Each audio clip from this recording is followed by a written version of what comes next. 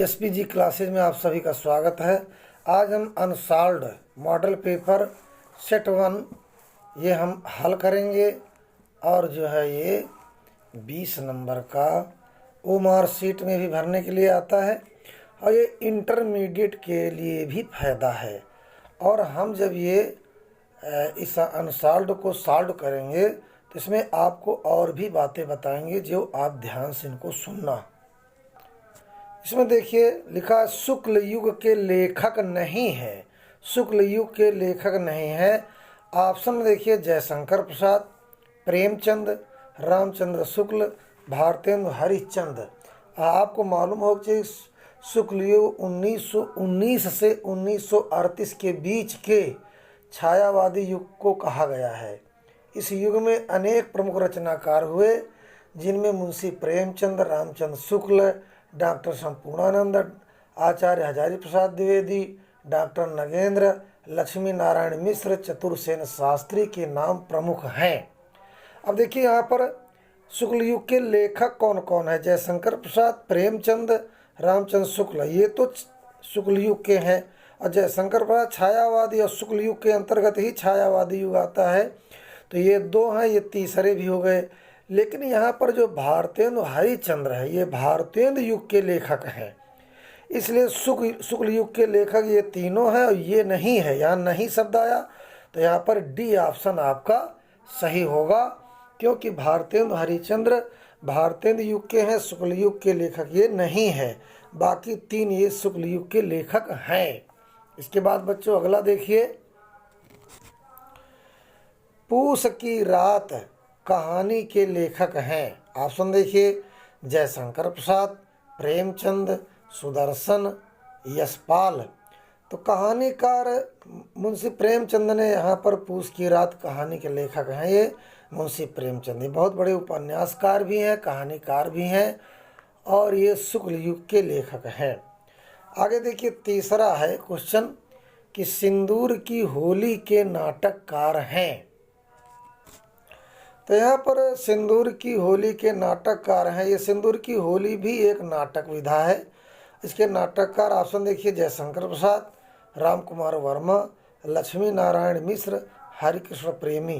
तो यहाँ पर सिंदूर की होली के नाटककार हैं लक्ष्मी नारायण मिश्र। यहाँ पर लक्ष्मी नारायण मिश्र होगा। चौथा देखिए, रूस में 25 मास यात्रा व्रत के लेखक हैं डॉक्टर नगेंद्र, प्रभाकर माचवे, रामवृक्ष बेनीपुरी, राहुल सांक्रात्यायन। तो यात्रा व्रत ज़्यादा कर राहुल सांक्रात्यायन ही लिखते हैं। रूस में 25 मास यात्रा व्रत के लेखक हैं राहुल सांक्रात्यायन। तो यहाँ पर डी ऑप्शन आपका सही होगा। माटी हो गई सोना संस्मरण के लेखक हैं कन्हैयालाल मिश्र प्रभाकर, देवेंद्र सत्यार्थी, माखनलाल चतुर्वेदी, रामवृक्ष बेनीपुरी। देखिए बच्चों, माटी हो गई सोना जो है यहाँ पर संस्मरण दिया है, वैसे यहाँ पर रेखा चित्र होना चाहिए, क्योंकि जो है कन्हैयालाल मिश्र प्रभाकर के और भी रचनाएं हैं, जैसे भूले हुए चेहरे, बाजे पायलिया के घुंघरू, जिंदगी मुस्काई, दीप जले शंख बजे, छड़ बोले कण मुस्काए, महके आंगन चहके द्वार और माटी हो गई सोना। ये इनके रेखा चित्रों के संग्रह हैं। तो यहाँ पर जो है माटी हो गई सोना जो है कन्हैयालाल मिश्र प्रभाकर का है। यहाँ पर ऑप्शन में आएगा कन्हैयालाल मिश्र प्रभाकर। इसके बाद बच्चों अगला है कि रीति काल को अलंकृत काल किस विद्वान ने कहा है।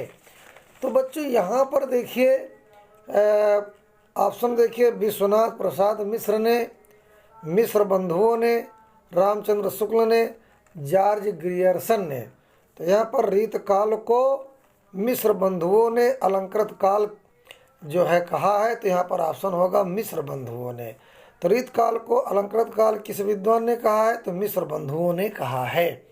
अगला देखिए यहाँ पर बहुत बढ़िया क्वेश्चन है, 7वां क्वेश्चन, निम्नलिखित में से कौन सी कृति रीतकालीन कवि देव की नहीं है। कवि देव हैं, उनकी इनमें से 4 रचनाएं में 3 रचनाएं हैं, एक रचना नहीं है। वो कौन सी है ये आपको बताना है ना। तो बहुत ही, अगर आपका ओमार सीट सही ढंग से नहीं फिल होगी तो आपके काफ़ी नंबर कट जाएंगे। हिंदी में बहुत महत्वपूर्ण। देखिए कवि प्रिया को तो केशव दास ने लिखा है ना। बाकी ये तीनों रचनाएं देव ने लिखा। भाव विलास देव ने लिखा, भावनी विलास देव ने लिखा, रस विलास देव ने लिखा। लेकिन यहाँ पर रीतकालीन कवि देव की नहीं है तो कवि प्रिया ऑप्शन आएगा। तो निम्नलिखित में से कौन सी कृति रीतकालीन कवि देव की नहीं है? तो कवि देव ने कवि प्रिया नहीं लिखा, कवि प्रिया लिखा केशवदास ने, इसलिए यहाँ पर 7वें का ए ऑप्शन सही होगा। अगला देखिए, यहाँ पर भारतेंद्र युग की विशेषता प्रवृत्ति नहीं है। अब इसमें 3 प्रवृत्तियां भारतेंद्र युग की हैं, लेकिन एक प्रवृत्ति नहीं है। देखिए, राष्ट्रीयता की भावना, सामाजिक चेतना का विकास, काव्य भाषा के रूप में खड़ी बोली का प्रयोग, ये 3 प्रवृत्तियां भारतेंद्र युग की हैं। लेकिन अंग्रेजी शिक्षा का विरोध, ये भारतेंद्र युग की प्रवृत्ति नहीं है, इसलिए प्रश्न नंबर 8 का सी ऑप्शन सही होगा। इसके बाद बच्चों अगला हम देखते हैं यहाँ पर 1943 ईस्वी में प्रकाशित तार सप्तक का संपादन किसने किया? रामविलास शर्मा, सच्चिदानंद हीरानंद वात्सायन अज्ञेय। फिर इसके बाद आता है प्रभाकर माचवे, गिरिजा कुमार माथुर। तो देखिए बच्चों, 1943 में प्रकाशित तार सप्तक का संपादन किसने किया? तो सच्चिदानंद हीरानंद वात्सायन अज्ञेय ने किया, इसलिए इसका जो है आपका बी ऑप्शन सही होगा। इसके बाद अगला क्वेश्चन है, राम की शक्ति पूंजा किसकी रचना है? सूर्यकांत त्रिपाठी निराला, जयशंकर प्रसाद, राम नरेश त्रिपाठी, महादेवी वर्मा। तो राम की शक्ति पूंजा किसकी रचना है? तो सूर्यकांत त्रिपाठी निराला। यहाँ पर सूर्यकांत त्रिपाठी निराला सही होगा। अगला क्वेश्चन देखिए, हाथी जैसी देह है, गैंडे जैसी खाल, तरबूजे सी खोपड़ी, खरबूजे से गाल। उपर्युक्त पंक्तियों में कौन सा रस है? वीर रस, करुण रस, श्रृंगार रस, हास रस। तो यहाँ पर बच्चों हंसी आती है, किसी की हाथी जैसी देह हो और गैंडे जैसी चमड़ी हो, तरबूजा जैसे खोपड़ी हो, खरबूजा जैसे गाल हो, तो यहाँ हंसी आ जाती है इन बातों से ही। तो यहाँ हास रस होगा, यहाँ हास रस होगा। अगला देखिए, उस काल मारे क्रोध के तन कांपने उनका लगा, मानो हवा के वेग से सोता हुआ सागर जगा। उपर्युक्त रेखांकित पंक्ति में कौन सा अलंकार है? ऑप्शन देखिए, उपमा अलंकार, रूपक अलंकार, उत्प्रेक्षा अलंकार, श्लेष अलंकार। उस काल मारे क्रोध के तन कांपने लगा, यहाँ उपमेय में उपमान की संभावना है।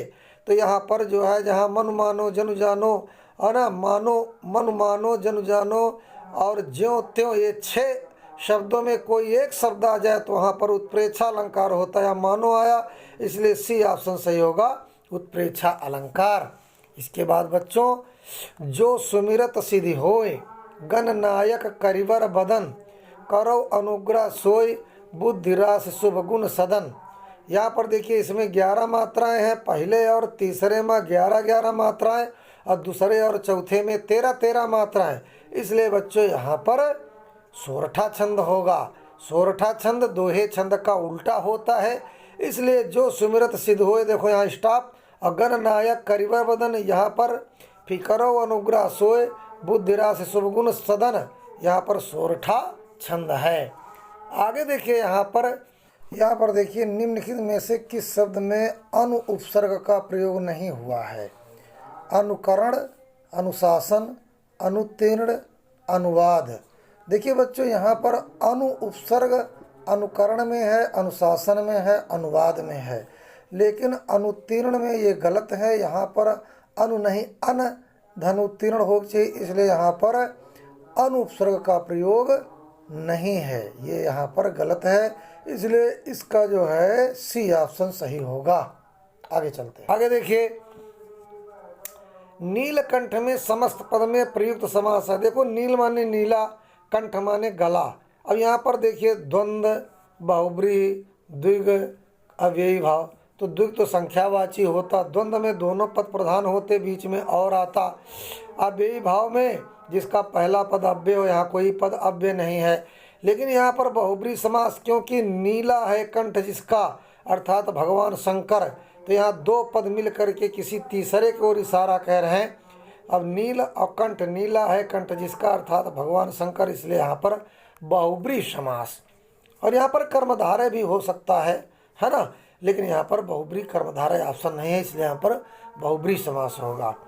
इसलिए बच्चों आगे देखिए, बादल का पर्यायवाची शब्द नहीं है। यहाँ पर 4 ऑप्शन दिया है, नीरद, अम्बुद, जलद और जलज। क्या है आगे? जलज। यहाँ देखिए यहाँ पर बादल का पर्यायवाची नहीं, देखो यहाँ पर नीर, अम्बु, जल और जल। यहाँ पर पानी के पर्यायवाची में अगर द अक्षर जोड़ दो तो ये बादल बन जाती, और जा अक्षर जोड़ दो तो कमल बन जाता। तो ये तो बादल है, ये भी बादल है, ये भी बादल है। देखो नीरद, अम्बुद, जलद, ये सब बादल के पर्यायवाची, लेकिन यहाँ जल में जा जोड़ा गया है, द नहीं, इसलिए कमल का पर्यायवाची है। इसलिए यहाँ पर बादल का पर्यायवाची शब्द डी ऑप्शन से होगा, ये कमल का है, इसलिए यहाँ पर ये बादल का नहीं है, इसलिए यहाँ पर डी ऑप्शन होगा। अगला देखिए, युष्मद यानी तुम सर्वनाम शब्द का तृतीय एक वचन रूप है, युवाम, त्वया, त्वत, त्वभ्यम। तो यहाँ पर देखिए युवाम, त्वया, त्वत, तुभ्यम, तो यहाँ पर बच्चों त्वया होगा, है ना। युष्मद यानी तुम, युवाम, यूयम का तृतीय एक वचन क्या होगा? त्वया, है ना। तुम युवाम, यूयम, तुम युवाम, युष्मान, त्वया, है ना। इसके बाद देखिए अगला है आपका, आंधी आई और हम घर भागने लगे। रचना के आधार पर इस वाक्य का प्रयोग, इस वाक्य का प्रकार है। ऑप्शन में देखिए, सरल वाक्य, मिश्र वाक्य, संयुक्त वाक्य, इनमें से कोई नहीं। तो देखिए बच्चों यहाँ पर क्या है कि आंधी आई, हम घर भागने लगे, और जोड़ रहा, आंधी आई, ठीक है, हम घर भागने लगे। लेकिन यहाँ पर देखिए आंधी तभी आई, जब आंधी आई तभी तो हम घर भागने लगे, तो ये हम घर भागने लगे आंधी आई के ऊपर डिपेंड है, ये उपवाक्य है, ये मुख्य वाक्य है। तो यहाँ पर बच्चों इसको हम संयुक्त वाक्य कहेंगे। और शब्द बीच में आया, जहाँ कहीं भी और शब्द हो तो उसको हम संयुक्त वाक्य कहेंगे। तो यहाँ पर संयुक्त वाक्य होगा, आंधी आई और हम भागने लगे, ये संयुक्त वाक्य है। इसके बाद महात्मा बुद्ध ने विश्व को शांति का संदेश दिया। इस वाक्य का वाच्य बताइए। कृतवाच्य, कर्मवाच्य, भाववाच्य, इनमें से कोई नहीं। देखिए बच्चों, विश्व को शांति का संदेश महात्मा बुद्ध के द्वारा प्राप्त हुआ, यानी महात्मा बुद्ध ने विश्व को शांति का संदेश दिया, तो यहाँ पर भाववाच्य होगा। वह अचानक चला गया, वाक्य में प्रयुक्त अचानक पद का व्याकरणिक परिचय है, संज्ञा, सर्वनाम, क्रिया विशेषण, क्रिया। देखिए बच्चों, वह अचानक चला गया, चला गया कि चला गया का ये विशेषण है, वह आपका जो है संज्ञा है, या सर्वनाम, वह आपका सर्वनाम है, चला गया क्रिया है, चला गया का ये विशेषण, इसलिए यहाँ पर क्रिया विशेषण होगा, है ना। क्रिया विशेषण, एक वचन पुल्लिंग आ गया या चला गया, क्रिया से संबंध है, इसलिए यहाँ पर क्रिया विशेषण होगा। धन्यवाद बच्चों। अगली वीडियो पाने के लिए इस नोटिफिकेशन को आप लाइक कर देना, कमेंट कर देना। इसी तरह से वीडियो से आप जुड़े रहें और हम आपकी OMR शीट की तैयारी कराते रहेंगे। धन्यवाद बच्चों। वीडियो लाइक, सब्सक्राइब, कमेंट करो, और जो अगली नोटिफिकेशन पाने के लिए आप इसमें बेल आइकन घंटी बजा दीजिए, और अन्य बच्चों को भी शेयर कर दो जिससे उनको भी फायदा हो। धन्यवाद।